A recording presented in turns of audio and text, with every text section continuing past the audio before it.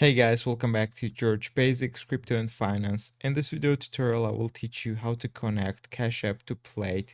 So first of all, you need to open your Cash App, then click profile icon on the top right. Scroll down until you will see linked banks, click it. Then click this plus icon right here and click no card question mark on the bottom.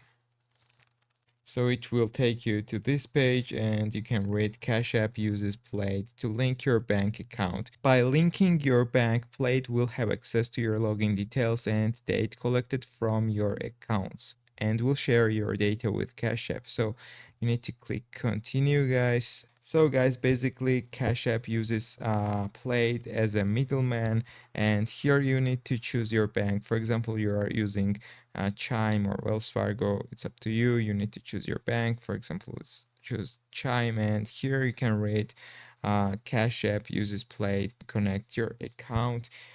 So you need to continue to log in. You need to enter your credentials, and whichever bank you use, it uses Plaid to connect the bank account to Cash App, guys. So Plaid is a middleman, guys, in this situation. That's all I wanted to show you. If this video was helpful for you, don't forget to click the like buttons and don't forget to subscribe.